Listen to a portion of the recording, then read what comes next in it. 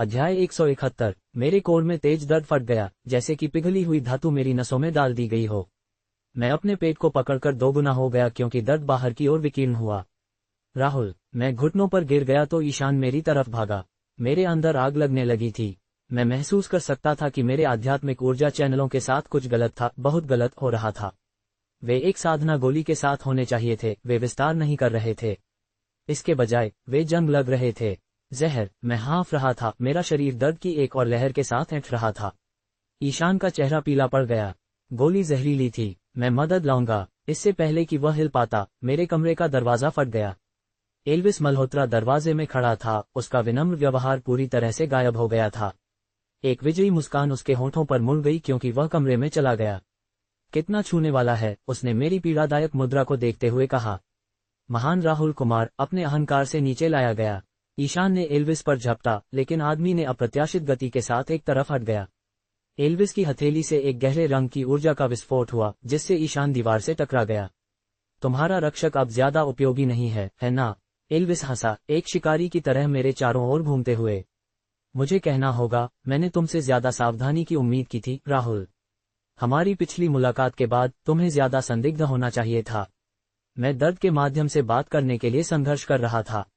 तुमने मुझे क्या दिया? अंबरसार गोली, एल्विस ने नकली मासूमियत के साथ जवाब दिया।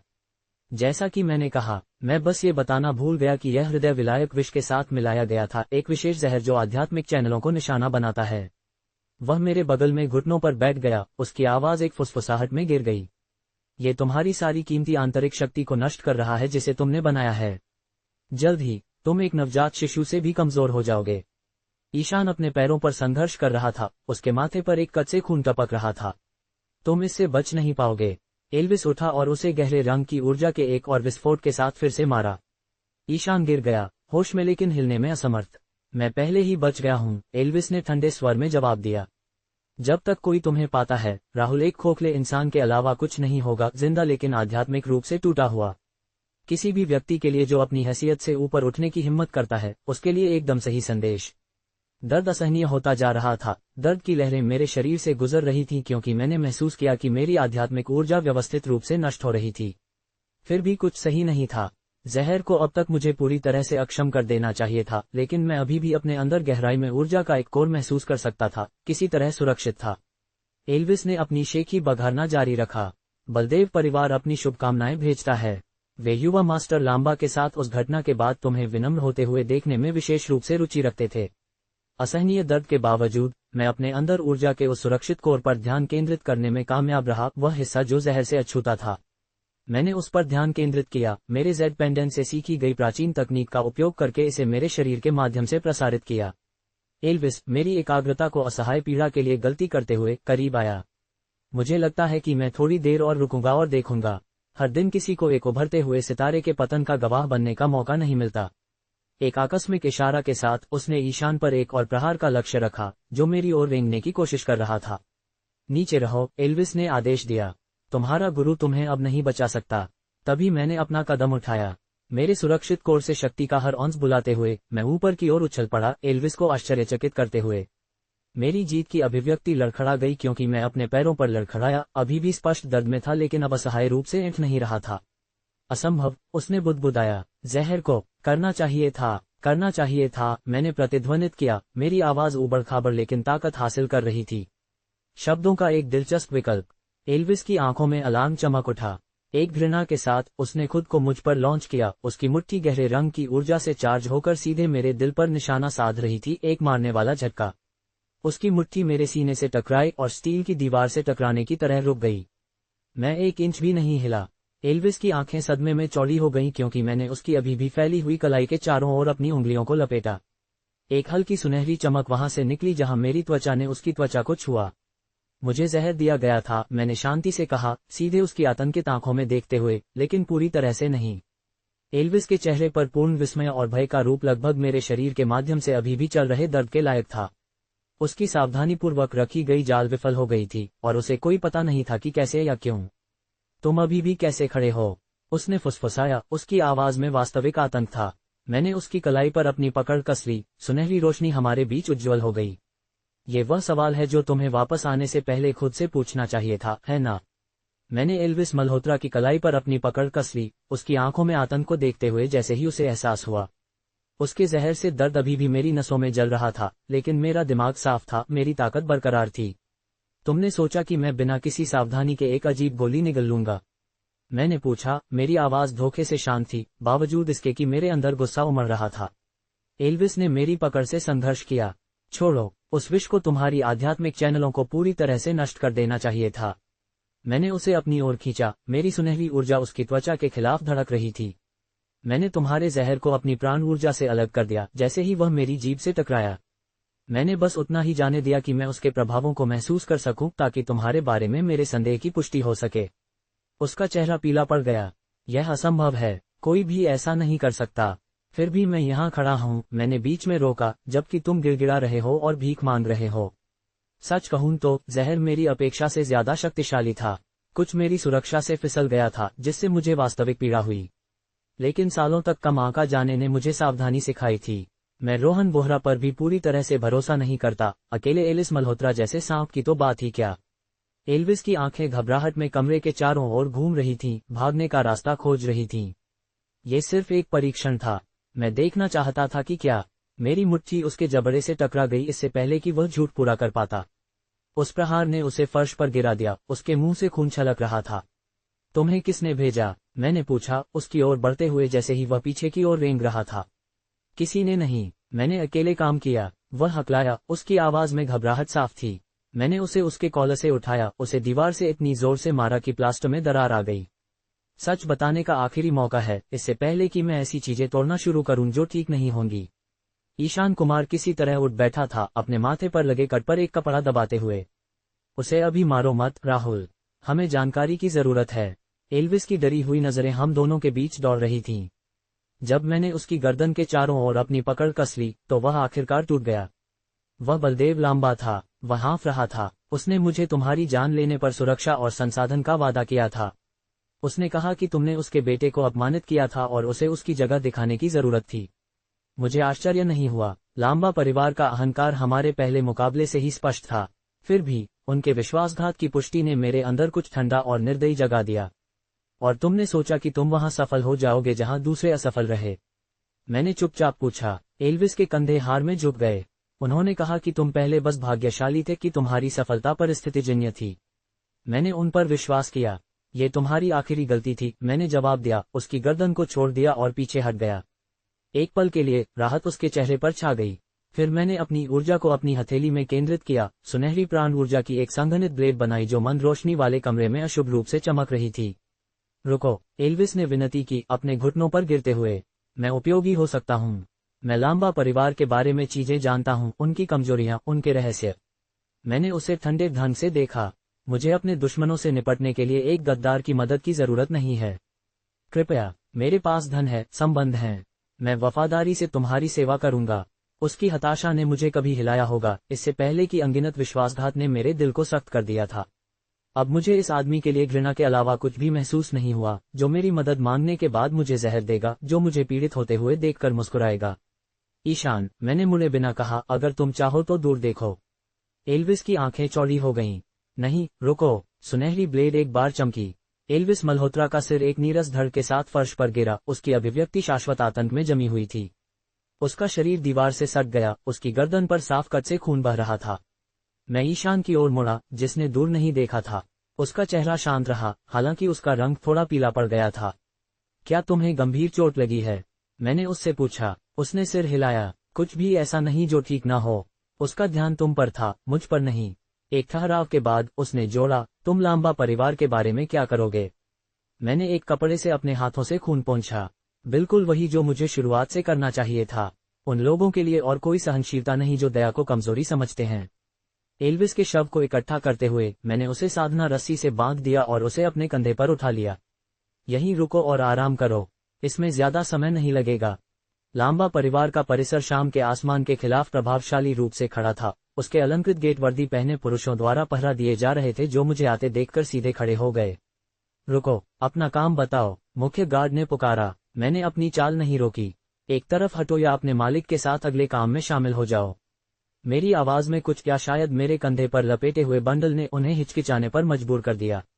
जब मेरे चारों ओर सुनहरी ऊर्जा चमकने लगी तो वे समझदारी से एक तरफ हट गए, उनके चेहरे पीले पड़ गए थे। मुख्य हॉल के अंदर बंद दरवाजों के पीछे से आवाजें आ रही थीं। मैंने उन्हें बिना किसी औपचारिकता के लात मारकर खोला, एक महत्वपूर्ण बैठक को बाधित करते हुए। बलदेव लांबा एक लंबी मेज के सिर पर बैठा था, उसका बेटा आर्यन उसके बगल में था। उनके सामने कबीर मेहता बैठा था, वह शहर का अधिकारी जो महीनों से मुझे कमजोर कर रहा था। तीनों आदमी मेरे अंदर आते ही सदमे में ऊपर देखे। तुम्हारी हिम्मत कैसे हुई यहाँ घुसने की? कबीर ने अपनी सीट से उठते हुए कहा। यह एक निजी बैठक है। चुप रहो, मैंने उसे रोका, मेरी आवाज घातक रूप से शांत थी। तुम्हारे से बेहतर लोग अब बात कर रहे हैं। कबीर का मुंह एक मछली की तरह खुल और बंद हुआ जो हवा के लिए हाँफ रही हो। क्या तुम्हें पता है कि मैं कौन हूँ?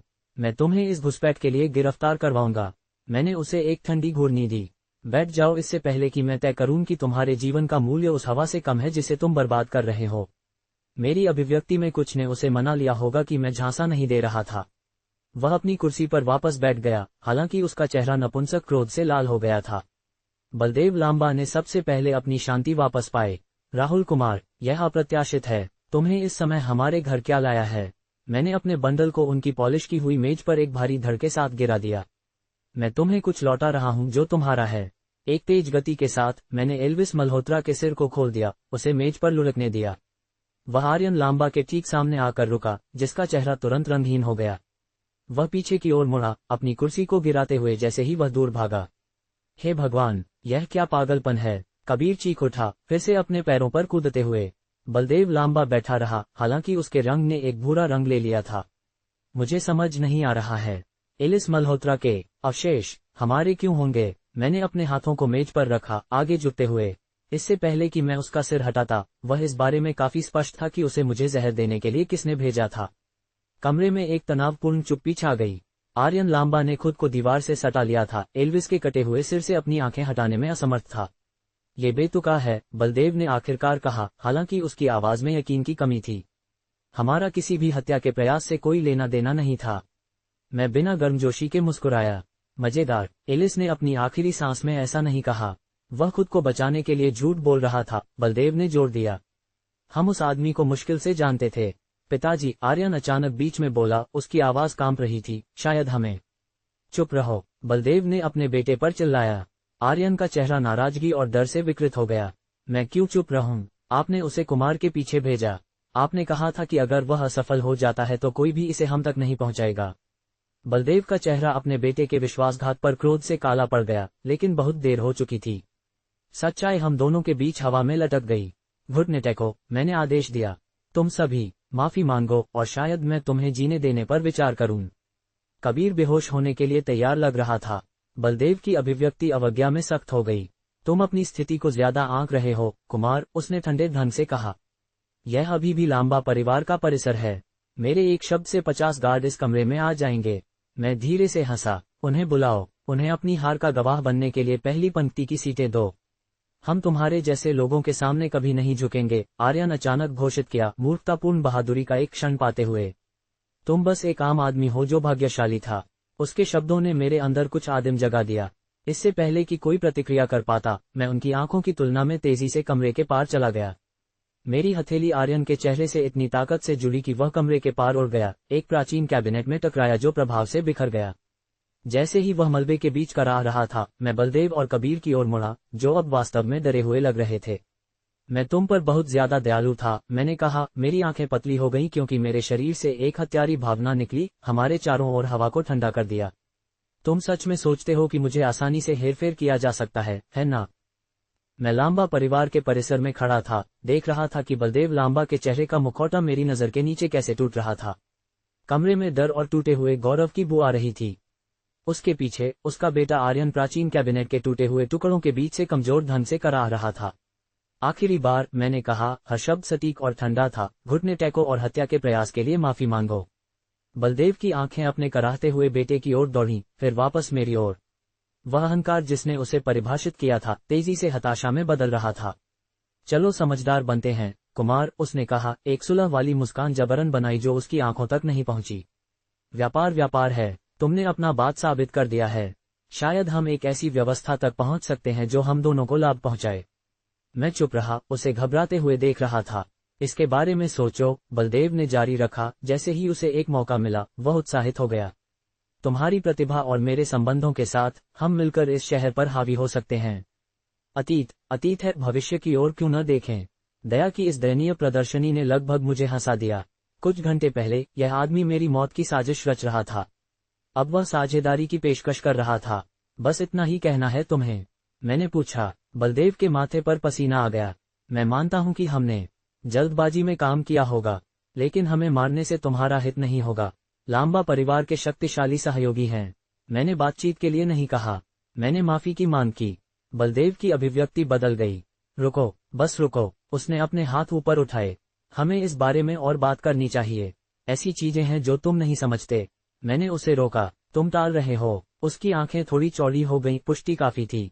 मैंने इन युक्तियों को पहले देखा था, सहयोग का नाटक करना जबकि सुदृढ़ीकरण का इंतजार करना। मैंने उसकी योजना को सामने आने देने का फैसला किया। ये देखना शिक्षाप्रद होगा कि वह अपने तुरूप का पत्ता किसे मानता है। मैं टाल नहीं रहा हूं, बलदेव ने जोर दिया, भले ही उसकी आंखें दरवाजे की ओर झिलमिला रही थीं। मैं इस स्थिति को सभ्य पुरुषों की तरह हल करने की कोशिश कर रहा हूं, जानवरों की तरह नहीं। मैं एक आराम से मुद्रा में बैठ गया। तो हर तरह से सभ्य बने रहो। मेरी अचानक धैर्य पर उसके चेहरे पर भ्रम छा गया। इससे पहले कि वह जवाब दे पाता, हॉलवे से भारी कदमों की आवाज सुनाई दी। विशाल दोहरे दरवाजे खुले, एक आकृति को प्रकट करते हुए जिसे कमरे में प्रवेश करने के लिए झुकना पड़ा। जो आदमी अंदर आया वह बहुत बड़ा था, आसानी से 7 फुट लंबा था और उसके कंधे एक साधारण आदमी की चौड़ाई से 2 गुने थे। उसका चेहरा धुआं भरा था, उसके बाएं कान से उसके जबड़े तक एक टेढ़ा निशान था।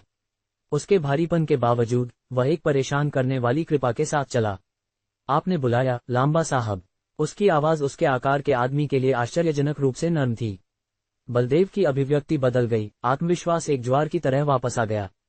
आर्यन, सही समय पर आए। हमारे पास एक अवांछित मेहमान है जो अपनी स्थिति को नहीं समझता। अर्जुन सिंह की आंखें मुझे मिली, एक कसाई की नैदानिक अनासक्ति के साथ मुझे मापते हुए जो मांस का मूल्यांकन कर रहा हो। मैंने उसकी नजर को स्थिर ढंग से वापस किया। ये वही है? अर्जुन ने पूछा, जिसको गोल्डन सेंट कहते हैं। हाँ वही, बलदेव ने अब मुस्कुराते हुए जवाब दिया। उसे दिखाओ कि कोई भी लांबा परिवार को क्यों नहीं धमकाता। मेरे आश्चर्य के लिए अर्जुन ने तुरंत हमला नहीं किया। इसके बजाय वह धीरे धीरे मेरी ओर बढ़ा, एक सम्मानजनक दूरी पर रुक गया। मैंने तुम्हारे बारे में कहानियां सुनी हैं, उसने कहा। वे कहते हैं कि तुमने सिल्वर फैंटम को बिना पसीना बहाए हराया, कि तुम बीस्ट किंग के जहर से बच गए और ज्यादा मजबूत होकर वापस आए। मैं चुप रहा, उसे सावधानी से देख रहा था। अकेले दुश्मन के गढ़ में चलना साहस लेता है, अर्जुन ने जारी रखा। उसकी आवाज में वास्तविक सम्मान का एक संकेत था। इसके लिए मैं तुम्हें प्रशंसा करता हूँ। फिर भी तुम मुझसे लड़ोगे, मैंने देखा।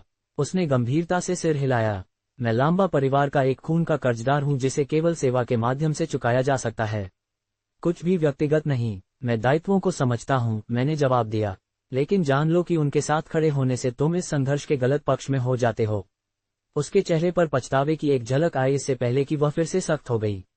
शायद, लेकिन मेरा रास्ता बहुत पहले चुना गया था। आगे की चेतावनी के बिना उसकी विशाल मुट्ठी मेरे चेहरे की ओर आंखें बंद करने वाली गति के साथ चली। मैं थोड़ा हिल गया, इसे अपनी गाल को खरोंचने दिया क्योंकि मैं उसके गार्ड के अंदर कदम रखा। मेरा जवाबी हमला उसके सौर जाल के लिए लक्षित था, एक झटका जो अधिकांश पुरुषों को अक्षम कर देगा। मेरी मुट्ठी उससे टकराई जो ठोस पत्थर जैसा महसूस हुआ। अर्जुन ने पलक भी नहीं झपकी। पहला सबक, उसने चुपचाप कहा, मैं अधिकांश पुरुषों जैसा नहीं हूं। उसकी खुली हथेली मेरे सीने से टकराई, मुझे कई फीट पीछे खिसकाते हुए। मैं खड़ा रहा, लेकिन प्रभाव निर्विवाद था। कुछ ही लोगों ने मुझ पर इतना शक्तिशाली प्रहार किया था, प्रभावित हो गए। बलदेव ने किनारे से पुकारा, उसका पहले का डर आत्मसंतुष्ट संतुष्टि से बदल गया। अर्जुन एक क्रॉस ट्रेनिंग मास्टर है, वीरगढ़ शहर में एकमात्र।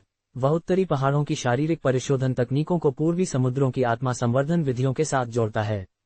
अर्जुन ने अपने कंधों को घुमाया, उसकी अभिव्यक्ति अपठनीय थी।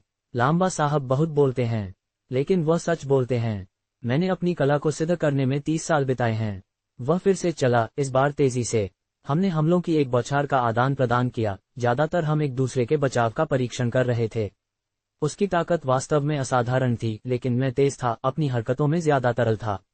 तुम रोक रहे हो, अर्जुन ने एक क्षणिक ठहराव के दौरान देखा। तुम भी, मैंने पलटवार किया। एक मुस्कान उसके दाग वाले चेहरे को छू गई। तो शायद ये समय है कि हम नाटक करना बंद कर दें। अर्जुन के चारों ओर हवा गर्मी के साथ चमकने लगी। उसकी पहले से ही प्रभावशाली मांसपेशियां और भी सूज गईं, उसकी त्वचा पर एक सुनहरा चमक आ गई जो मुझे आग में गड़ी जा रही धातु की याद दिलाती थी। उसकी गर्दन और बाहों से नसें निकल आईं, शक्ति के साथ धड़क रही थीं। देखो परम शारीरिक रूप, बलदेव ने अपनी सुरक्षा की स्थिति से चिल्लाया। अर्जुन का शरीर जीवित धातु बन जाता है, अटूट, अजेय। अर्जुन ने अपनी मुट्ठियों को एक साथ मारा, एक झटका बनाया जिसने खिड़कियों को हिला दिया। इस अवस्था में कोई भी ब्लेड मुझे काट नहीं सकता, कोई भी झटका मुझे तोड़ नहीं सकता। मैं कोलोसस हूँ। प्रदर्शन करने के लिए उसने दीवार से एक सजावटी तलवार उठाई और उसे अपनी बांह के खिलाफ नीचे लाया। ब्लेड कांच की तरह टूट गई, उसकी सुनहरी त्वचा पर एक भी खरोंच नहीं छोड़ी। क्या अब तुम देखते हो? बलदेव ने पुकारा, अपने विजेता के प्रदर्शन से प्रोत्साहित होकर। यही कारण है कि तुम घुटने टेकोगे, कुमार। यही कारण है कि तुम्हारा अहंकार आज समाप्त होता है। मैंने अर्जुन के परिवर्तन को वास्तविक रुचि के साथ देखा। क्रॉस ट्रेनिंग दुर्लभ थी क्योंकि अधिकांश अभ्यासकर्ताओं के शरीर विरोधाभासी ऊर्जाओं का सामना नहीं कर सकते थे। कि उसने इसमें महारत हासिल की थी, वह साधारण प्राकृतिक उपहारों और अथक अनुशासन की बात करता था। क्या तुम अभी तक डरे हो? बलदेव ने ताना मारा जब मैं चुप रहा। तुम्हें होना चाहिए। अर्जुन ने तुमसे ज्यादा अनुभवी योद्धाओं को हराया है। उसने अपनी नंगी हाथों से मार्शल काउंट्स को कुचल दिया है। मैंने अपनी नजर अर्जुन से बलदेव की ओर हटाई, ये देखते हुए कि बाद वाला युद्ध क्षेत्र से कितनी दूर रहा। हमेशा दूसरों को अपनी लड़ाई लड़ने देना, हमेशा मजबूत पुरुषों के पीछे छिपाना। अर्जुन मेरी ओर बढ़ा, हर कदम पर संगमरमर के फर्श में छोटी दरारें छोड़ रहा था। मुझे इसमें कोई खुशी नहीं है, उसने चुपचाप कहा, लेकिन मैं अपने कर्तव्य को पूरा करूंगा। वह आगे बढ़ा, इतनी बड़ी शख्सियत के लिए चौंकाने वाली गति से चला। उसकी सुनहरी मुट्ठी हवा के माध्यम से धुंधली हो गई, सीधे मेरे सिर पर निशाना लगाया गया जिसमें पत्थर को तोड़ने के लिए पर्याप्त बल था। मैं नहीं झुका। उस प्रहार ने एक गर्जनापूर्ण दुर्घटना बनाई जिसने पूरे कमरे में कंपन भेज दिया। छत से धूल गिरी, पेंटिंग दीवारों से गिर गईं। कबीर मेहता, जो चुपचाप डर रहा था, आतंक में चीख उठा। जब धूल बस गई तो हर कोई अविश्वास में घूर रहा था। मैं बिना हिले खड़ा रहा। अर्जुन की मुट्ठी मेरी खुली हथेली में मजबूती से पकड़ी हुई थी। असंभव, अर्जुन ने फुसफुसाया। उसके शांत व्यवहार के माध्यम से वास्तविक झटका टूट गया। बलदेव की विजयी अभिव्यक्ति भ्रम में पिघल गई, फिर डर में। तुम किस बात का इंतजार कर रहे हो? उसने अर्जुन पर चिल्लाया। उसे खत्म करो। अर्जुन ने अपनी मुट्ठी वापस खींचने की कोशिश की, लेकिन मैंने अपनी पकड़ बनाए रखी। उसकी आंखें चौड़ी हो गईं जब उसे एहसास हुआ कि वह फंस गया है। यह एक दया है, मैंने शांति से कहा, अर्जुन से आगे देखते हुए बलदेव लांबा की बढ़ती घबराहट भरी नजर से मिलने के लिए, कि लांबा परिवार ने किसी ऐसे व्यक्ति को नाराज किया जिसे उन्हें नहीं करना चाहिए था। यह एक दया है कि लांबा परिवार ने किसी ऐसे व्यक्ति को नाराज किया जिसे उन्हें नहीं करना चाहिए था, मैंने कहा, अभी भी अर्जुन की विशाल सुनहरी मुट्ठी को अपनी हथेली में पकड़े हुए था। बलदेव लांबा का चेहरा क्रोध और डर से विकृत हो गया। तुम किस बात का इंतजार कर रहे हो अर्जुन? उसे मारो, उसे अभी मारो। मेरे सामने टाइटन ने अपनी आंखें पतली कर लीं, मांसपेशियां खींच गईं क्योंकि उसने अपनी फंसी हुई मुट्ठी को मुक्त करने की कोशिश की। मैं उसके शरीर के माध्यम से बह रही कच्ची शक्ति को महसूस कर सकता था, जो दशकों के अथक प्रशिक्षण और साधना का परिणाम थी। किसी भी सामान्य परिस्थिति में उसे अजेय माना जाता, लेकिन ये कोई सामान्य परिस्थिति नहीं थी। मैंने उसकी मुट्ठी को अचानक छोड़ दिया और पीछे हट गया। तुम्हारी तकनीक प्रभावशाली है। शरीर परिशोधन और आत्मा संवर्धन का विलय एक दुर्जेय बचाव बनाता है।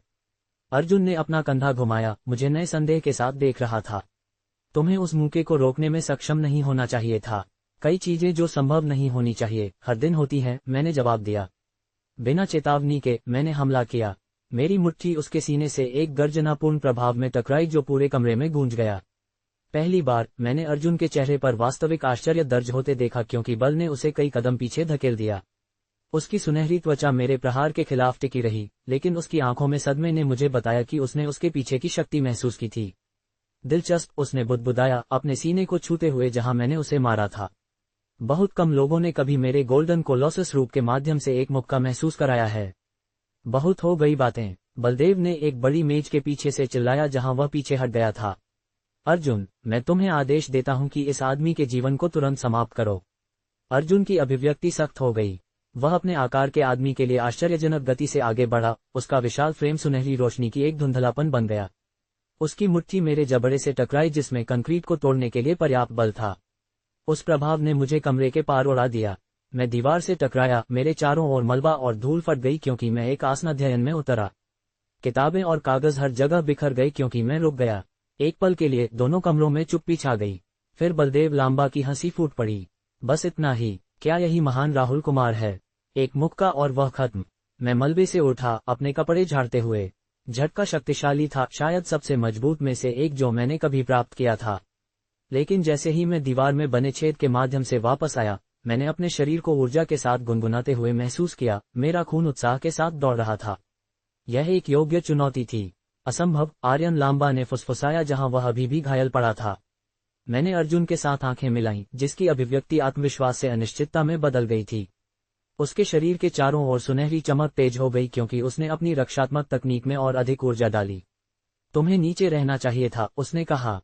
यह आसान होता। मैं तुम्हारी चिंता की सराहना करता हूं, मैंने जवाब दिया। एक हल्की नीली रोशनी मेरी त्वचा से निकलने लगी। लेकिन मैं शायद ही कभी आसान रास्ता चुनता हूं। उसे मारो, बलदेव लांबा चिल्लाया। उसकी पहले की शांति पूरी तरह से टूट गई थी। तुम किस बात का इंतजार कर रहे हो? अर्जुन ने मुझे एक लंबी, मापने वाली नजर दी। तुम लांबा परिवार के खिलाफ बदला लेने आए हो। मैं तुम्हारी प्रेरणा को समझता हूं, लेकिन यह मेरी लड़ाई नहीं है। अब चले जाओ और मैं तुम्हारा पीछा नहीं करूंगा। उसकी पेशकश ने मुझे आश्चर्यचकित कर दिया। भ्रष्ट मालिकों की सेवा करने वालों में सम्मान खोजना दुर्लभ था। तुम्हारे विचार पर ध्यान दिया जाता है, मैंने कहा। बदले में मैं तुम्हें वही पेशकश दूंगा। एक तरफ हटो और तुम्हें कोई नुकसान नहीं होगा। बलदेव लांबा का चेहरा क्रोध से बैंगनी हो गया। तुम्हारी हिम्मत कैसे हुई इस कीड़े के साथ बातचीत करने की, अर्जुन? मैं तुम्हें आदेश देता हूं कि उसे अभी मारो, वरना हमारी व्यवस्था खत्म हो गई है। अर्जुन ने संक्षेप में अपनी आंखें बंद कर ली। उसका जबड़ा कस गया। जब उसने मुझे फिर से देखा तो उसकी नजर में इस्तीफा था। मुझे माफ करना, एक कर्ज चुकाना होगा। मैं दायित्व को समझता हूं, मैंने जवाब दिया। लेकिन याद रखना, मैंने तुम्हें दया की पेशकश की। उसने एक बार सिर हिलाया। हाँ, तुमने किया। इसके बाद जो हुआ वह केवल कुछ सेकंड में हुआ। अर्जुन ने अपनी दाहिनी बांह वापस खींच ली। उसका पूरा शरीर तेजी से चमकने लगा क्योंकि उसने अपनी ऊर्जा को अपनी मुट्ठी में केंद्रित किया। हमारे चारों ओर हवा शक्ति के साथ चरमरा गई और उसके पैरों के नीचे का फर्श भी उसकी बढ़ती ताकत के दबाव में दरार पड़ने लगा। टाइटन का हथौड़ा, उसने घोषित किया। उसकी आवाज एक फुसफुसाहट में गिर गई क्योंकि प्रकाश उसकी मुट्ठी के चारों ओर घूम गया और संघनित हो गया। मैं नहीं हिला। इसके बजाय मैंने अंदर ध्यान केंद्रित किया, मेरे मेरिडियन के माध्यम से बहने वाली ऊर्जा पर ध्यान केंद्रित किया।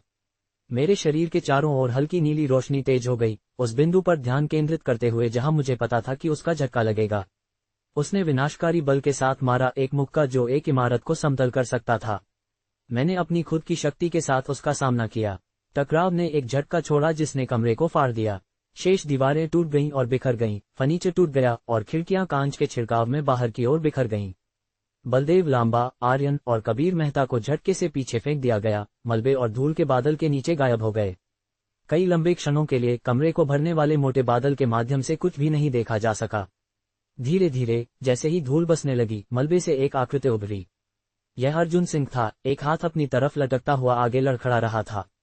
उसकी सुनहरी चमक फीकी पड़ गई थी, जिसके नीचे चोटिल और मार पड़ी हुई त्वचा दिखाई दे रही थी। उसके मुंह के कोने से खून टपक रहा था क्योंकि वह चौड़ी, अविश्वास भरी आंखों से मुझे घूर रहा था। मैं उसके सामने खड़ा था, अपनी स्थिति से बिना हटे।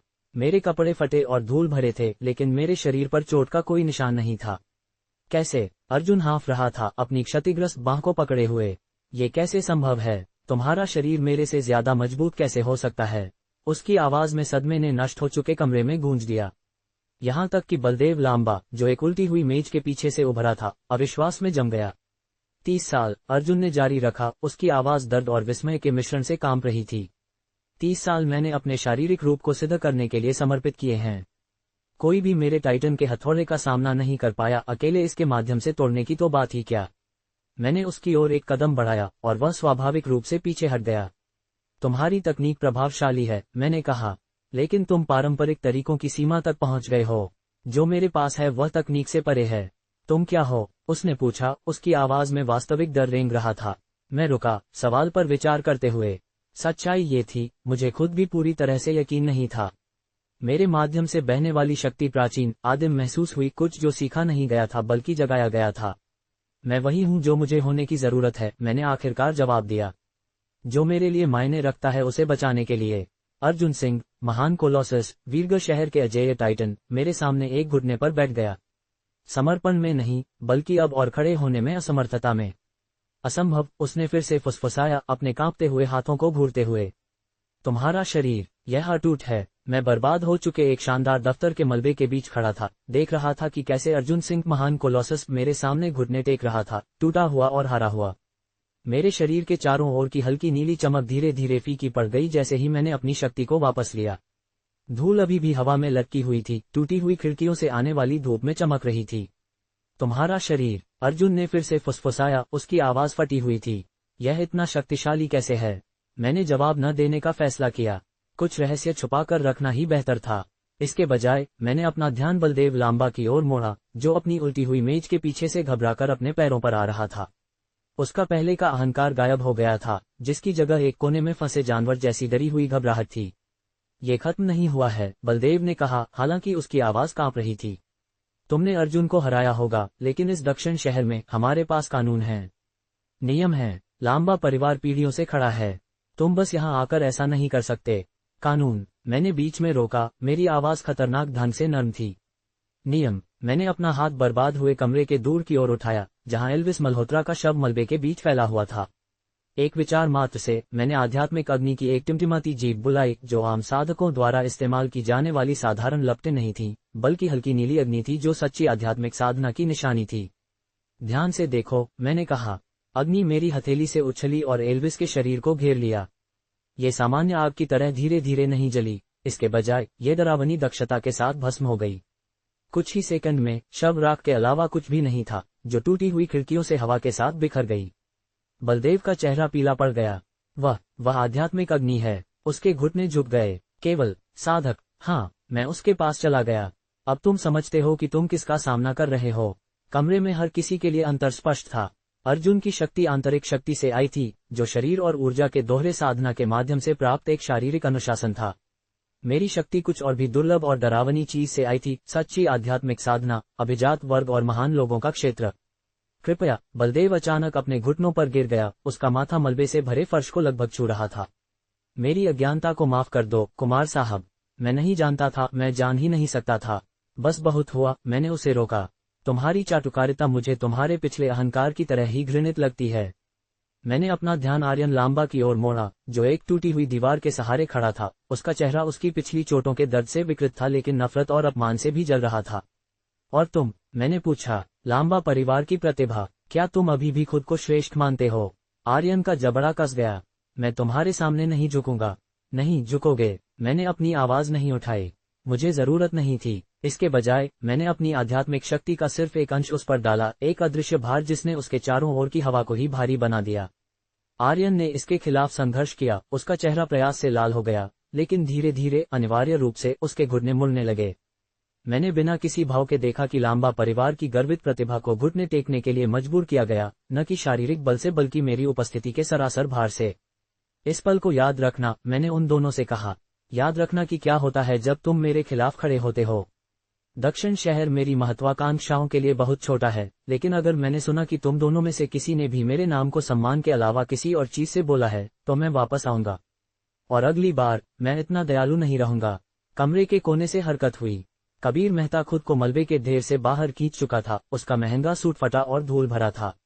उसकी आंखें मेरे और घुटने टेकते लांबा परिवार के सदस्यों के बीच दौड़ीं। कुमार साहब, वह हकलाया, गहराई से झुकते हुए। मुझे कोई अंदाजा नहीं था। कृपया किसी भी अपराध के लिए मेरी सबसे ईमानदार माफी स्वीकार करें। मैंने उसे ठंडे ढंग से देखा। तुमने खराब सहयोगी चुने, कबीर। भविष्य में बेहतर विकल्प चुनना। इसके साथ मैं मुड़ा और टूटे हुए दरवाजे की ओर चला। मेरे पीछे मैं बलदेव लांबा की फटी हुई सांसों और आर्यन की हताश गुर्राहट को सुन सकता था, क्योंकि वह अभी भी उसे घुटने टेकने के लिए मजबूर करने वाले अदृश्य दबाव के खिलाफ लड़ रहा था। सबक के लिए धन्यवाद, अर्जुन सिंह ने पुकारा जैसे ही मैं दरवाजे तक पहुंचा। अपनी हार के बावजूद उसकी आवाज में कोई कड़वाहट नहीं थी, केवल एक योद्धा का सम्मान था।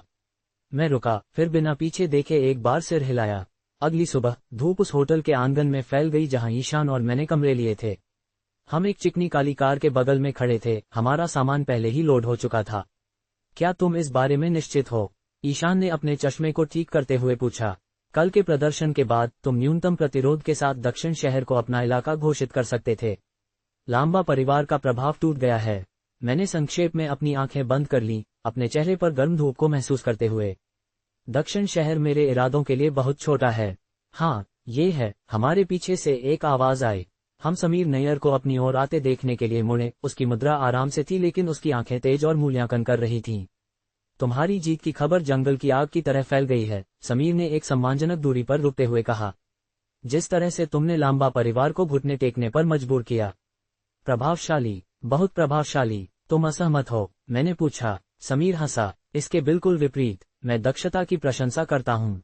तुमने एक दिन में वह हासिल कर लिया जो दूसरों को सालों की राजनीतिक पैंतरेबाजी में लग सकता था। वह रुका, मेरे चेहरे का अध्ययन करते हुए। लेकिन ईशान सही है, तुम खुद को यहाँ स्थापित कर सकते हो। लांबा परिवार के अपमान से छोड़ी गई जगह को भरने की जरूरत है। मेरे लक्ष्य कहीं और हैं, मैंने जवाब दिया। वीरग, समीर ने सिर हिलाया। शक्ति का असली केंद्र। लेकिन क्यों? किस चीज ने तुम्हें इतने दृढ़ता से वहां खींचा है? मैंने उसकी नजर से सीधे मिलाया। ईशा अग्रवाल। समीर की भौहें वास्तविक आश्चर्य में ऊपर उठीं। अग्रवाल परिवार की राजकुमारी, अब वह महत्वाकांक्षी है। उसने धीरे से सीटी बजाई। अग्रवाल नाम मेरे हलकों में भी वजन रखता है। वे सिर्फ अमीर नहीं हैं, वे किंग मेकर हैं। मुझे पता है, मैंने सीधे कहा।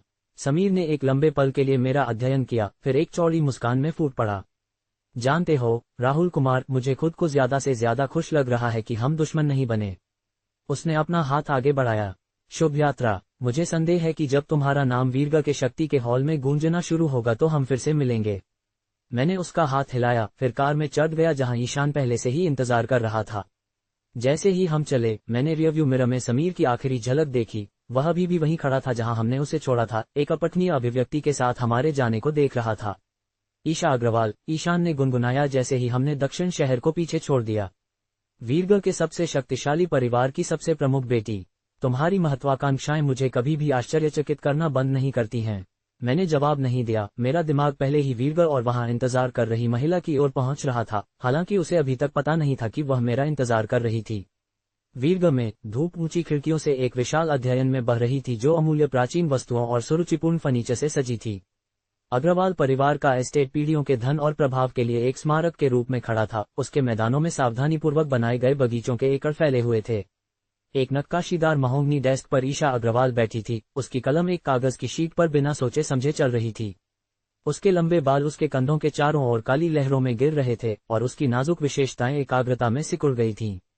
वह अपने विचारों में इतनी तल्लीन थी कि उसने अपने पीछे दरवाजा खुलते हुए नहीं देखा। कड़ी मेहनत कर रही हो या मुश्किल से काम कर रही हो, एक मनोरंजक बूढ़े व्यक्ति की आवाज आई।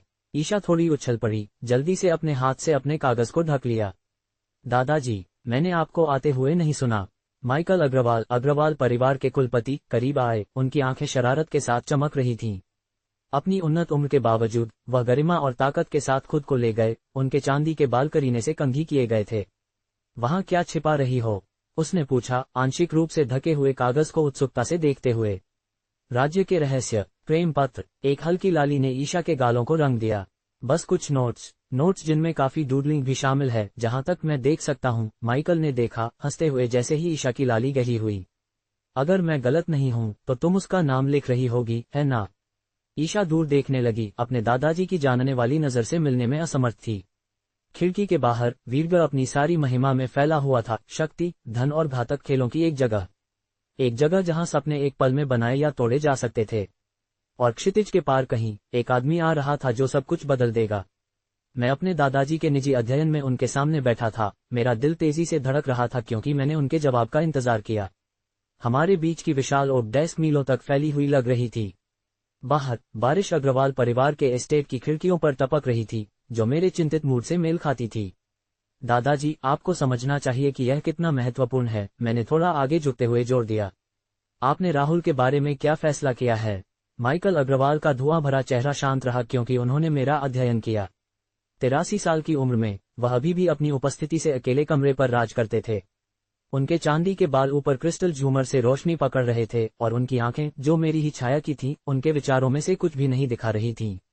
परिवार उसका समर्थन नहीं करेगा, उन्होंने आखिरकार कहा। मेरा दिल डूब गया। लेकिन ईशा, उन्होंने एक हाथ उठाकर बीच में रोका। अग्रवाल नाम का वजन है। हम सावधानीपूर्वक विचार किए बिना किसी का समर्थन नहीं कर सकते। मैंने अपनी शांति बनाए रखने के लिए लड़ाई लड़ी, हालांकि निराशा मुझे अभिभूत करने की धमकी दे रही थी। आप नहीं समझते कि वह क्या करने में सक्षम है। अगर आप बस उससे मिलते तो। मेरे आश्चर्य के लिए मेरे दादाजी के चेहरे पर एक पतली मुस्कान दिखाई दी। मैंने कहा कि परिवार उसका समर्थन नहीं करेगा। मैंने यह नहीं कहा कि मैं उसे देख नहीं रहा हूँ। मेरी सांस अटक गई। आपका क्या मतलब है? वह अपनी चमड़े की कुर्सी में वापस बैठ गए, अपनी उंगलियों को सटाते हुए। कुछ हलकों में खबर तेजी से फैलती है। तुम्हारा राहुल कुमार दक्षिण शहर में काफी व्यस्त रहा है। क्या हुआ? मैंने पूछा, अचानक सतर्क हो गया। उसने लांबा परिवार को हराया, दादाजी ने कहा। उनके लहजे में अनचाहे सम्मान का एक नोट था। मेरे सुनने के अनुसार उसने बलदेव और आर्यन दोनों को अपने सामने घुटने टेकने पर मजबूर किया। मैं अपना सदमा नहीं छिपा सका। उन दोनों को, और एक विदेशी ग्रैंडमास्टर जिसका नाम अर्जुन सिंह है, वे उसे कोलोसस कहते हैं। उन्होंने एक भान उठाई। तुम्हारे युवा आदमी के पास दिलचस्प कंपनी है। राहत और गर्व मुझ पर छा गया। मैंने आपसे कहा था कि वह असाधारण है। असाधारण, हाँ, लेकिन खतरनाक भी। दादाजी की अभिव्यक्ति गंभीर हो गई। वह शक्तिशाली दुश्मन बना रहा है, ईशा। दुश्मन जिनसे अग्रवाल नाम भी उसे नहीं बचा सकता। मैंने अपनी पीठ सीधी कर ली। उसे सुरक्षा की जरूरत नहीं है। इस दुनिया में हर किसी को सुरक्षा की जरूरत होती है। उन्होंने भारी सांस ली, अचानक अपनी उम्र के हर इंच को देखते हुए। लांबा परिवार उसकी तुलना में छोटी मछली है जो यहाँ एल्डोरिया में उसका इंतजार कर रही है। आपका क्या मतलब है? शर्मा परिवार ने उस पर ध्यान दिया है। उसके शब्द एक शांत तालाब में पत्थरों की तरह गिरे। उनके कुलपति ने कल मुझसे संपर्क किया। मैंने अपने चेहरे से खून बहते हुए महसूस किया। यहाँ तक कि मैं शर्मा नाम को भी जानता था, एक परिवार जिसके बारे में अफवाह थी कि उसके पास वीरगई युद्ध कला संघ से संबंध थे। अगर उन्होंने राहुल पर ध्यान दिया था, वे क्या चाहते थे? मैंने पूछा। मेरी आवाज मुश्किल से फुसफुसाहट से ऊपर थी। जानकारी। दादाजी की अभिव्यक्ति गहरी हो गई। उसकी पृष्ठभूमि, उसकी निष्ठाओं के बारे में। वे विशेष रूप से इस बात में रुचि रखते थे कि मैं उसे कैसे जानता हूँ। और आपने उन्हें क्या बताया? कुछ भी खास नहीं। उन्होंने एक बर्खास्त करने वाला हाथ हिलाया। मैंने बस स्वीकार किया कि उसने अतीत में हमारे परिवार को एक सेवा प्रदान की थी। मैंने अपने दादाजी के चेहरे का अध्ययन किया, यह महसूस करते हुए कि और भी कुछ था। लेकिन वे अब उसे करीब से देखेंगे। वह आगे झुक गए। ईशा, तुम्हें खतरा समझना चाहिए। शर्मा लोग सिर्फ देखते नहीं हैं, वे खतरों को खत्म कर देते हैं। राहुल उनके लिए खतरा नहीं है, मैंने जोर दिया। कोई भी बढ़ती हुई शक्ति उनकी आंखों में एक संभावित खतरा है। दादाजी खड़े हो गए और खिड़की पर चले गए, बारिश से लथपथ बगीचों को देखते हुए। और तुम्हारा राहुल कुमार वास्तव में बहुत तेजी से बढ़ रहा है। मैं खिड़की पर उनके साथ शामिल हो गया। कांच के खिलाफ मेरा प्रतिबिंब पीला था। तो उसकी मदद करें दादाजी। अपने प्रभाव का उपयोग करें। किस अंत तक? शर्मा लोगों का ध्यान हमारे परिवार पर भी खींचने के लिए। क्योंकि मैं उस पर विश्वास करती हूँ, मैंने सीधे कहा। क्योंकि वह मेरे लिए महत्वपूर्ण है। एक लंबे पल के लिए दादाजी ने कुछ नहीं कहा। फिर धीरे से, तुम उसकी इतनी परवाह करती हो? हाँ। वह मेरी ओर मुड़े, उनकी अभिव्यक्ति नर्म हो गई। अपने सभी वर्षों में मैंने तुम्हें किसी की भी इतनी वकालत करते हुए नहीं देखा। वह अलग है, मैंने फुसफुसाया। दादाजी ने मुझे सोच समझ कर देखा, फिर एक बार सिर हिलाया। बहुत अच्छा, मैं परिवार के संसाधनों को नहीं लगा सकता, लेकिन मैं अपनी व्यक्तिगत सुरक्षा बढ़ाऊंगा। राहत मुझ पर छा गई। धन्यवाद दादाजी। अभी धन्यवाद मत करो। उसकी आवाज गंभीर हो गई। वह रास्ता जिस पर वह है, वह रास्ता जिस पर तुम उसके साथ चलने का चुनाव कर रही हो, खतरों से भरा है जिसकी तुम कल्पना भी नहीं कर सकती। मैं जितना आप सोचते हैं उससे ज्यादा मजबूत हूँ। मैंने पलटवार किया, अपने कंधों को सीधा करते हुए। उसके चेहरे पर एक दुर्लभ मुस्कान आई। उसकी, मेरी प्यारी, मुझे कोई संदेह नहीं है। उन्होंने धीरे से मेरा हाथ थापा। आखिरकार, तुम एक अग्रवाल हो। पूरे देश में। मैं चिकनी काली कार से बाहर निकला और नई आंखों से अंबरनगर शहर का सर्वेक्षण किया। 3 महीने पहले, मैं इस जगह को अपमानित और शक्तिहीन छोड़कर चला गया था। अब मैं बदलकर वापस आया, एक साधक जिसकी क्षमता को यहाँ के अधिकांश लोग समझ भी नहीं सकते थे। सुरक्षा उपस्थिति में काफी वृद्धि हुई है, ईशान ने मेरे बगल में कहा, मुख्य मार्ग पर बिंदीदार सैन्य चौकियों को देखते हुए। मैंने सिर हिलाया, सशस्त्र सैनिकों और बख्तरबंद वाहनों को देखते हुए। शर्मा समूह के उच्च स्थानों में दोस्त हैं। उन्होंने अपने दफ्तरों में हुई घटना के बाद एहसान मांगा होगा। ईशान ने अपना चश्मा ठीक किया। हमारी अगली चाल क्या है?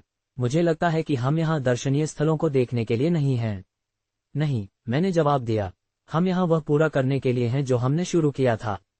जॉनसन परिवार को अपने अपराधों का जवाब देने की जरूरत है। हमने शहर के बाहरी इलाके में एक साधारण होटल में चेक इन किया, जो ईशान को आदि विलासिता वाले आवासों से बहुत दूर था, लेकिन एक कम प्रोफाइल रखने के लिए एकदम सही था। मैंने अभी सामान उतारा था कि मेरे फोन में एक इनकमिंग कॉल के साथ कंपन हुआ। नंबर परिचित था, हालांकि मैंने इसे महीनों से नहीं देखा था। सेराफिना शर्मा, मैंने जवाब दिया, मेरी आवाज तटस्थ थी। सेराफिना, राहुल। उसका लहजा सतर्क था, लगभग हिचकिचाता हुआ। मैंने सुना कि तुम वापस शहर में हो। खबर तेजी से फैलती है। मैं बिस्तर के किनारे बैठ गया। तुम क्या चाहती हो? यह इस बारे में नहीं है कि मैं क्या चाहती हूँ। वह रुक गई। मेरे दादाजी तुमसे मिलना चाहते हैं। विशाल शर्मा। मैं अपना आश्चर्य छिपा नहीं सका। क्यों? उन्होंने नहीं कहा, बस इतना कि यह जरूरी है। वह वास्तव में चिंतित लग रही थी। कृपया राहुल, हमारे बीच जो कुछ भी हुआ है यह महत्वपूर्ण है। मैंने हमारे बीच चुप्पी को फैलने दिया। हमारे अतीत की यादें मेरे दिमाग में चमक रही थी। उसका विश्वासघात, उसके दादाजी का तिरस्कार, जो साल मैंने एक ऐसे परिवार को खुश करने की कोशिश में बर्बाद किए थे जो मुझे एक उपकरण के अलावा कुछ भी नहीं मानता था। राहुल, उसने पूछा जब मैंने जवाब नहीं दिया। मैंने पिछली बार तुम्हारे दादाजी को यह स्पष्ट कर दिया था कि मैंने जॉनसन परिवार के साथ सभी संबंध तोड़ दिए हैं, मैंने ठंडे ढंग से कहा। मुझे उनसे मिलने की कोई जरूरत नहीं है। लेकिन अलविदा सेराफिना। मैंने उसके जवाब का इंतजार किए बिना कॉल समाप्त कर दिया। ईशान, जो कमरे के अपने तरफ से न सुनने का नाटक कर रहा था, ने एक भान उठाए। शर्मा लोग पहुंच रहे हैं। दिलचस्प समय। मैंने फोन को बिस्तर पर फेंक दिया। उन्हें मौका मिला। मैं अब उनकी कठपुतली नहीं हूं। और अगर उनका अनुरोध वास्तव में जरूरी है। मैं खिड़की तक चला, उस शहर को देखते हुए जो कभी मेरी जेल थी। तो उन्हें एक और समाधान खोजना होगा। मेरा अब अपना रास्ता है। फोन फिर से सेराफिना के एक और इनकमिंग कॉल के साथ गूंजा। मैंने इसे बेडस्प्रेड के खिलाफ कंपन करते हुए देखा। जवाब देने के लिए कोई कदम नहीं उठाया। कुछ पुलों को जलते रहना ही था।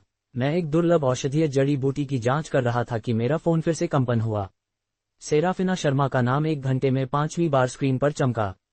एक हताश आह के साथ मैंने आखिरकार जवाब दिया। तुम्हें नहीं का कौन सा हिस्सा पहली 4 बार स्पष्ट नहीं हुआ था? मैंने अपनी नाक के पुल को दबाते हुए कहा।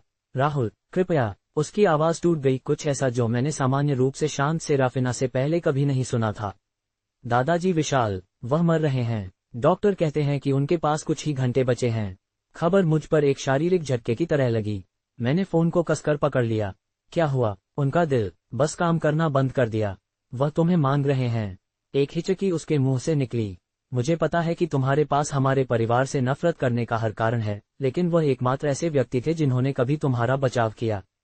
वह सही थी, जबकि बाकी शर्माओं ने मेरे साथ अपने जूते के नीचे की धूल की तरह व्यवहार किया था। बूढ़े विशाल ने मुझे छोटे, शांत तरीकों से दया दिखाई थी। जब शिवेंद्र ने नौकरों को मुझे खाना न खिलाने का आदेश दिया था तो मुझे चुपके से खाना खिलाना, मेरे लिए युद्ध कला पर किताबें छोड़ना जहां मुझे वे मिलेंगी, कभी कभी जब कोई और नहीं देख रहा होता तो मुझे प्रोत्साहन का एक शब्द देना। मैं 20 मिनट में वहां रहूंगा, मैंने कहा। कॉल समाप्त कर दिया। ईशान ने अपने शोध नोट से ऊपर देखा। सब ठीक है, विशाल शर्मा मर रहे हैं। मैंने अपनी जैकेट पकड़ी। मुझे जाना होगा। वह बूढ़ा आदमी। ईशान ने माथे पर शिकन डाली। मुझे लगा कि तुम शर्माओं के साथ खत्म हो गए हो। मैं हूं। लेकिन विशाल अलग थे। मैं दरवाजे की ओर बढ़ा। मेरा इंतजार मत करना, इसमें कुछ समय लग सकता है। शर्मा हवेली हमेशा की तरह प्रभावशाली खड़ी थी। उसके संगमरमर के स्तंभ और सजे हुए लॉन परिवार के धन और स्थिति को प्रसारित कर रहे थे। जैसे ही मैं सामने के प्रवेश द्वार के पास पहुंचा, यहाँ मेरे अपमानजनक वर्षों की यादें मुझे अभिभूत करने की धमकी दे रही थीं। मैंने उन्हें एक तरफ धकेल दिया। यह मेरे या इस परिवार के साथ मेरे इतिहास के बारे में नहीं था। यह एक मरते हुए आदमी की आखिरी इच्छा के बारे में था। इससे पहले कि मैं दस्तक दे पाता, दरवाजा खुला। शिवेंद्र शर्मा, विशाल का बेटा और मेरे पूर्व ससुर वहां खड़े थे। उनका चेहरा तिरस्कार से मुड़ा हुआ था। तुम यहाँ क्या कर रहे हो? उसने प्रवेश द्वार को रोकते हुए मांग की। सेराफिना ने मुझे बुलाया। विशाल ने मुझसे मिलना चाहा। मेरे पिता अपने अंतिम क्षणों में परिवार से घिरे हुए हैं। उन्हें तुम्हारे जैसे लोगों की शांति को भंग करने की जरूरत नहीं है। मैंने सीधे उसकी आंखों में घूर कर देखा, अपनी शक्ति का सिर्फ एक संकेत भड़कने दिया। सुनहरी ऊर्जा की सूक्ष्म चमक उसकी पुतलियों में परिलक्षित हुई, जिससे वह घबरा गया। हटो, मैंने धीरे से कहा, वरना मैं तुम्हें हटा दूंगा। शिवेंद्र का चेहरा पीला पड़ गया, लेकिन वह अपनी जगह पर अड़ा रहा। तुम मेरे अपने घर में मुझे धमकी देने की हिम्मत करते हो? ठीक है पिताजी। सेराफिना उसके पीछे दिखाई दी। उसकी आंखें रोने से लाल थीं। मैंने उसे यहाँ बुलाया। दादाजी उसे मांग रहे हैं। शिवेंद्र का जबड़ा कस गया, लेकिन वह एक तरफ हट गया। जैसे ही मैं उसके पास से गुजरा, उसने फुफकारा, 5 मिनट। फिर तुम चले जाना। मैंने उसे अनदेखा किया। सेराफिना के पीछे भव्य फोर से होकर गया, जहां एक बार मुझे अपने हाथों और घुटनों पर फर्श साफ करने के लिए मजबूर किया गया था। घर शर्मा रिश्तेदारों, चचेरे भाई, चाची, चाचा से भरा हुआ था। सभी कुलपति के निधन के लिए इकट्ठे हुए थे। जिसने मुझे तुरंत चौंका दिया वह उनका व्यवहार था। कोई नहीं रो रहा था। इसके बजाय छोटे समूह जीवंत रूप से बातचीत कर रहे थे, कुछ हंस भी रहे थे। वह मास्टर बेडरूम में है, सेराफिना ने फुसफुसाया मुझे ऊपर ले जाते हुए। परिवार बारी बारी से अलविदा कह रहा है, लेकिन वह हिचकिचाई। उनमें से ज्यादातर बस वसीयत पढ़ने का इंतजार कर रहे हैं। मुझे आश्चर्य नहीं हुआ। शर्माओं ने हमेशा मानवीय संबंध से ज्यादा पैसे को महत्व दिया था। जब हम अंदर गए तो विशाल का बेडरूम आश्चर्यजनक रूप से खाली था।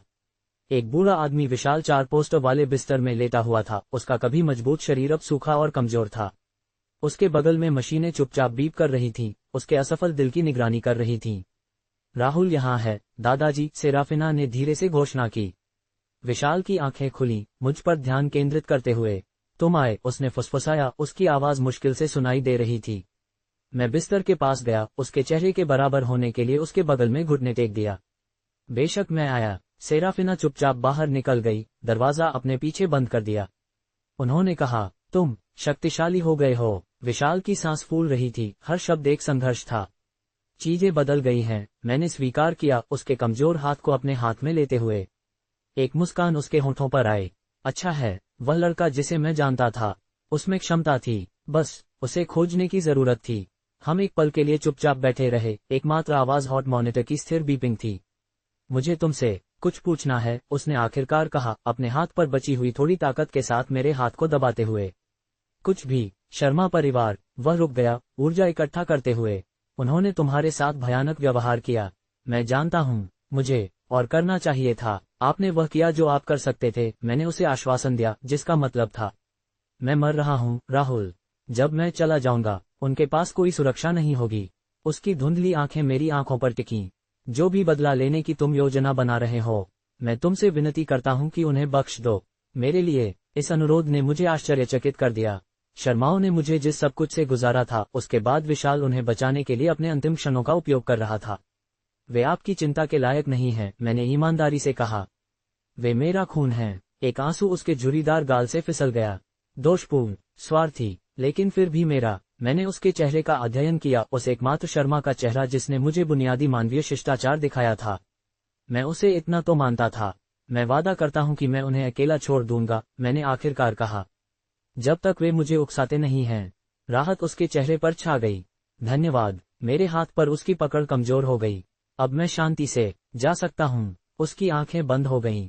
एक पल के लिए मैंने सोचा कि वह सो गया था, लेकिन फिर हॉट मॉनिटर की स्थिर बीपिंग एक सतत टोन में बदल गई। विशाल शर्मा चले गए थे। मैंने एक पल के लिए अपना सिर झुकाया। इस सांपों के घर में एकमात्र सभ्य आदमी को एक मौन अलविदा दे रहा था। जब मैं बेडरूम से बाहर निकला तो मैंने पाया कि हॉलवे बातचीत से गुलजार था। शिवेंद्र अपने भाई चार्ल्स के साथ खड़ा था, एक व्यापारिक बैठक की योजना बनाने के लिए अधिक उपयुक्त स्वर में अंतिम संस्कार की व्यवस्था पर चर्चा कर रहा था। हमें सेंट मैथ्यू में समारोह करना चाहिए, चार्ल्स कह रहा था। अधिक प्रतिष्ठित, कंपनी के लिए बेहतर दृश्य, और हम पिता की मृत्यु का उपयोग निवेशकों के साथ उस बैठक को स्थगित करने के लिए कर सकते हैं, शिवेंद्र ने जोड़ा। हमें तिमाही संख्याओं में सुधार करने के लिए समय दें। मेरे अंदर घृणा उमड़ पड़ी। विशाल का शरीर अभी तक ठंडा भी नहीं हुआ था। मैं उनकी ओर से सीढ़ियों की ओर बढ़ा, लेकिन शिवेंद्र ने मुझे देख लिया। मुझे विश्वास है कि तुमने अलविदा कह दिया है, उसने कहा। अब मेरे घर से बाहर निकलो। तुम्हारे पिता अभी अभी मरे हैं, मैंने ठंडे ढंग से कहा। कुछ सम्मान दिखाओ। मुझे पारिवारिक मामलों पर व्याख्यान देने की हिम्मत मत करो, उसने पलटवार किया। तुम कभी इस परिवार का हिस्सा नहीं थे, बस एक अस्थायी शर्मिंदगी जिसे हमने शुक्र है कि पीछे छोड़ दिया है। इससे पहले कि मैं जवाब दे पाता, नीचे एक हंगामा ने हर किसी का ध्यान खींचा। सैन्य वर्दी में एक युवा आदमी आ गया था। तुरंत शर्मा रिश्तेदारों के उसके चारों ओर इकट्ठा होने के कारण ध्यान का केंद्र बन गया।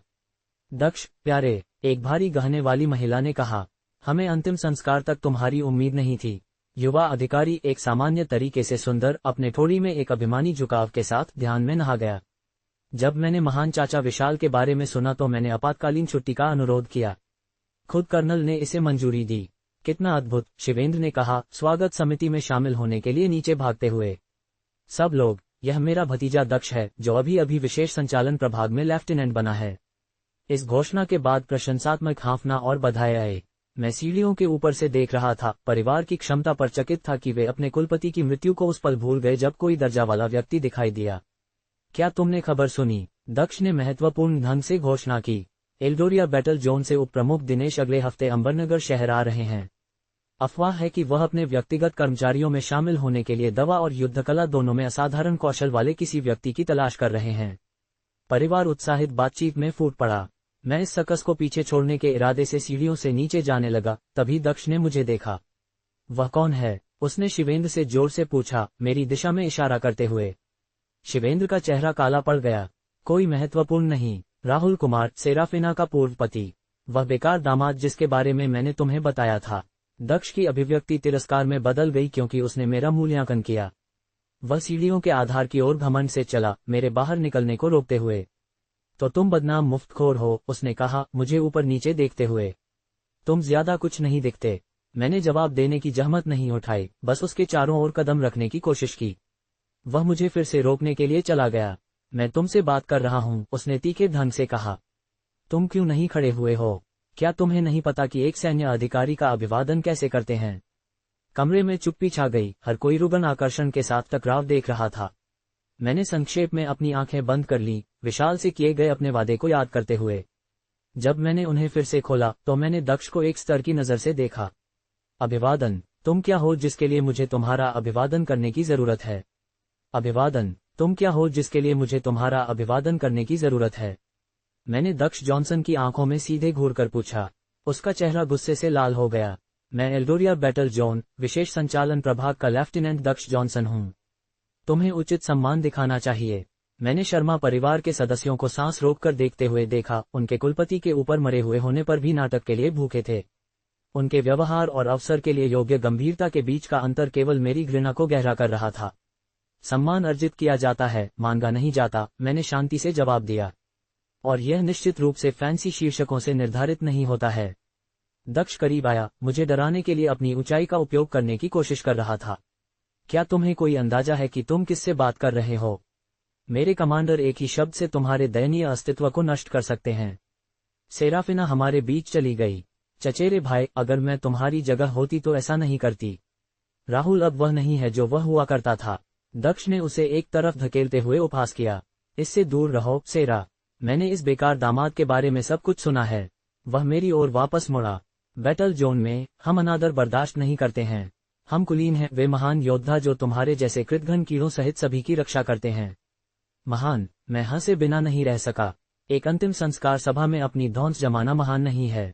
जो आदमी अभी अभी मरा है उसने अपनी चुप्पी में तुमसे ज्यादा महानता दिखाई है। दक्ष के जबड़े की मांसपेशियां कस गईं। तुम मुझे व्याख्यान देने की हिम्मत करते हो? उसने मेरा कॉलर पकड़ने के लिए हाथ बढ़ाया। इससे पहले कि उसका हाथ संपर्क बना पाता, मैं चला गया, उसकी गति को सटली मोड़ते हुए। दक्ष अपना संतुलन खोकर आगे लड़खड़ाया। देखने वालों के लिए ऐसा लग सकता था कि वह बस लड़खड़ाया, लेकिन हम दोनों बेहतर जानते थे। मत करना, मैंने धीरे से चेतावनी दी। दक्ष ने अपना संतुलन वापस पा लिया। आश्चर्य से आंखें चौड़ी हो गईं, इससे पहले कि वे क्रोध से पतली हो गईं।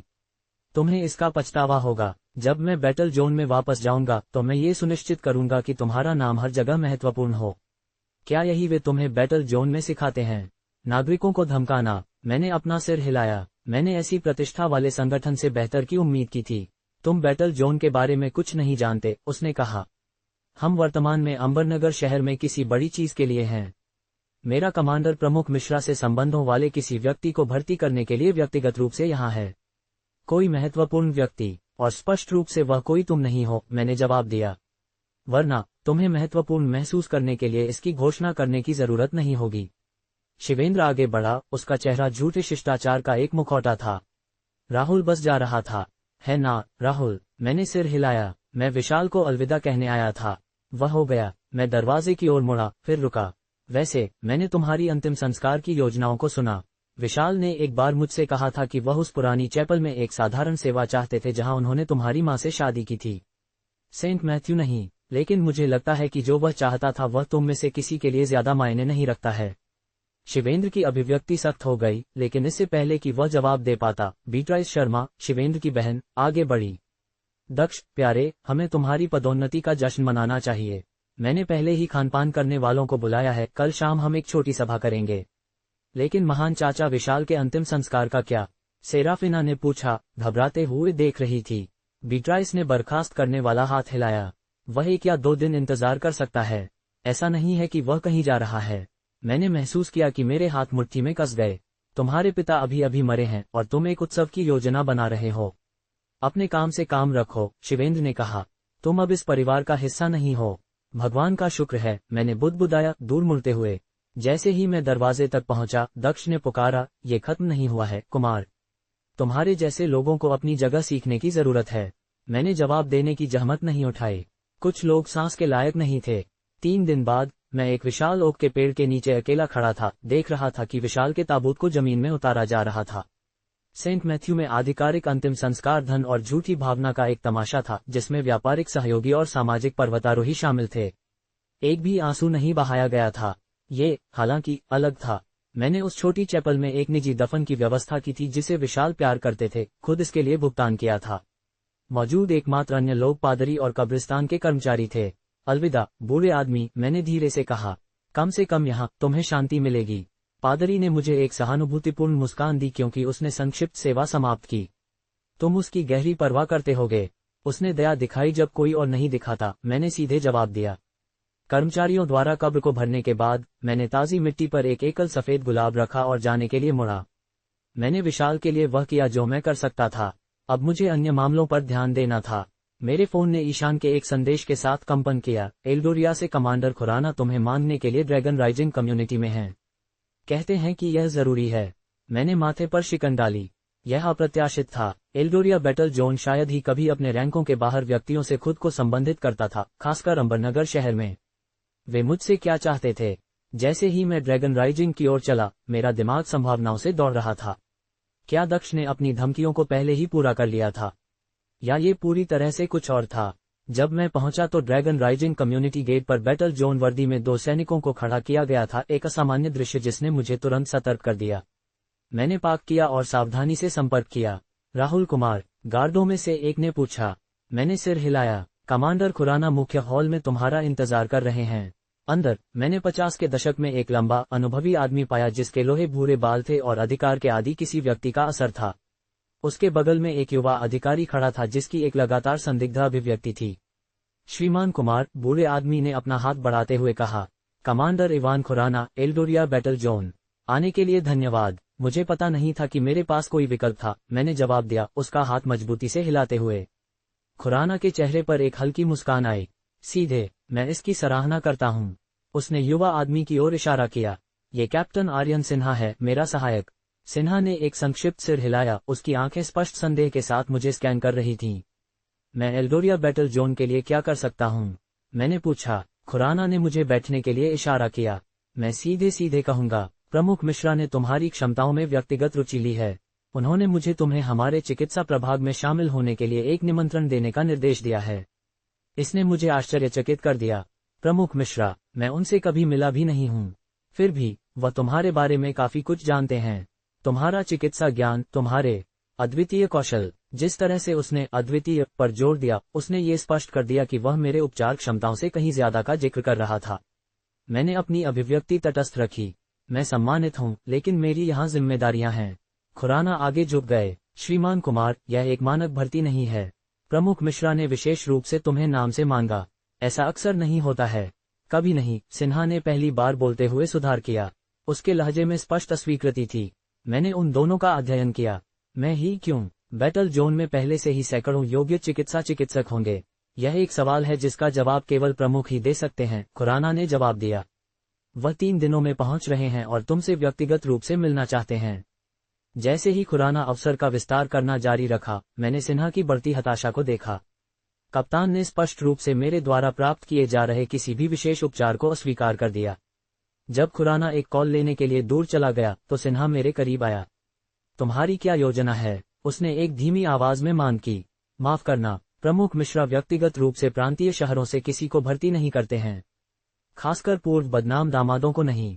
मैंने एक भान उठाए। तुमने अपना होमवर्क किया है। बैटल जोन को घुसपैठ और भ्रष्टाचार से बचाना मेरा काम है, सिन्हा ने ठंडे ढंग से जवाब दिया। तो मैं फिर से पूछूंगा, प्रमुख मिश्रा के साथ तुम्हारा क्या संबंध है? मेरा कोई नहीं है, मैंने ईमानदारी से जवाब दिया। सिन्हा की आंखें पतली हो गईं। हर किसी का एक एजेंडा होता है, कुमार। क्या तुम किसी महत्वपूर्ण व्यक्ति से संबंधित हो? किसी को ब्लैकमेल कर रहे हो क्या? इससे पहले कि मैं जवाब दे पाता, खुराना वापस आ गया। क्या कोई समस्या है, कैप्टन? नहीं सर, सिन्हा ने जवाब दिया, पीछे हटते हुए। बस श्रीमान कुमार के साथ कुछ विवरण स्पष्ट कर रहा था। खुराना ने मुझे वापस मुड़ने से पहले उसे एक मापी हुई नजर दी। इस प्रस्ताव पर विचार करो श्रीमान कुमार, यह एक दुर्लभ अवसर है। जब वे जाने के लिए तैयार हुए तो सिन्हा थोड़ा पीछे रह गया।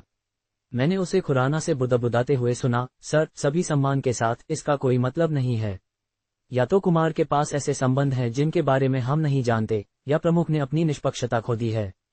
दोनों ही तरह से हमें सावधानी से आगे बढ़ना चाहिए। खुराना का जवाब मेरे सुनने के लिए बहुत शांत था, लेकिन उनके बीच तनाव स्पष्ट था। इस निमंत्रण का जो भी मतलब था, ये पहले से ही बैटल जोन के रैंकों के भीतर कलह पैदा कर रहा था। मैंने उन्हें जाते हुए देखा, ये सोचकर कि प्रमुख मिश्रा मुझसे क्या चाहते थे और वह वास्तव में कितना जानते थे कि मैं कौन और क्या था।